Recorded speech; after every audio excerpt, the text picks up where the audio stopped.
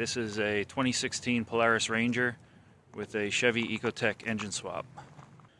This is a swap I did several years ago. The current owner has brought it back for some general maintenance and a few minor repairs. So I thought it'd be a good time to make a video and show you guys what it's all about. It looks pretty stock from the outside, but if you're real observant, you might notice that the wheelbase is a little bit longer here in the back. And that's because I stretched the frame right in here about 7 inches. This also has the long bed on it. The long beds were found on the Polaris Brutus and the Ranger Diesel HST, which is a hydrostatic drive version. It makes the longer wheelbase look not so ridiculous. This is a 1.4 liter Ecotec from a 2021 Chevy Spark. As far as I know, the Spark was the only car that used this engine. It's a naturally aspirated 1.4 liter, makes about 98 horsepower. The transmission in here is an Eisen Warner. I don't remember the model number, I'll put it up on the screen for you. This one was intended for a Saab 9.5 turbo, so it's a 4-speed automatic, plenty stout for this application. And one of my reasons for choosing this engine is that it's not only a small displacement, but it's actually physically small. The external dimensions are small, which makes it a little easier to fit in here than some of the bigger Ecotec engines. It is a pretty modern engine. It's port fuel injected. It's probably the last automotive port fuel injected engine versus direct injection, which most engines are using now. But it does have variable valve timing on 2 overhead cams. It's got electronic throttle control. I did have to reflash that ECU with a manual transmission operating system using GM SPS to do that. And then using HP tuners was able to take out the security features and some of the emissions controls. And I actually have this engine detuned quite a bit just to prevent axle breakage, and also makes it a little bit more drivable. And you can see the engine is mounted longitudinally with a transverse transmission or transaxle.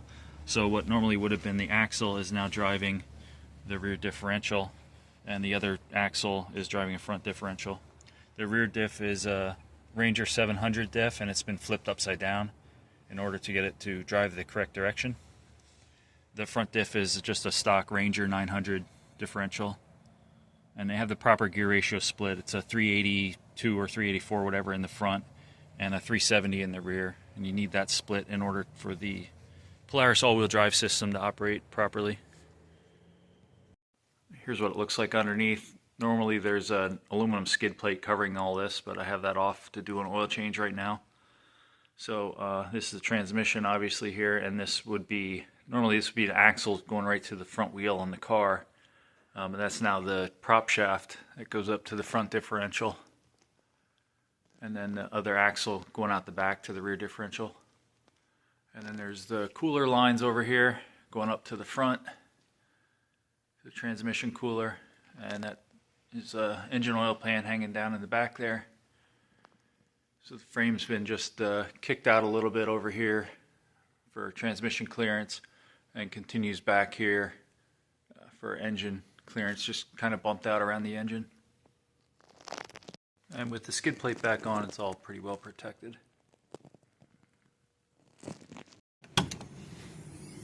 The controls inside are pretty much stock Polaris layout, except for the addition of the tap shifters, which are from a Honda Pioneer.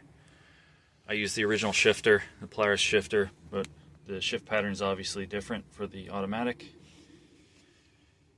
And then we have the 3-mode transmission switch. So we have a fully automatic mode, which will drive and shift up through the gears automatically, just like any car with an automatic.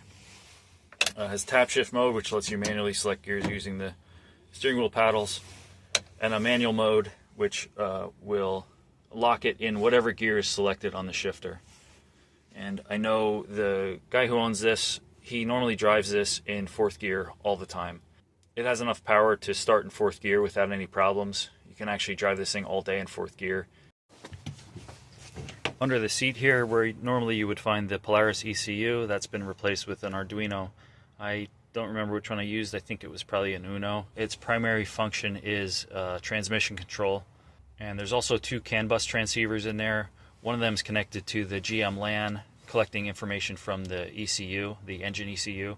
And the other one is used to send out information to the instrument cluster. Also inside there is a couple of power MOSFETs, to drive the transmission, shift, and pressure control solenoids.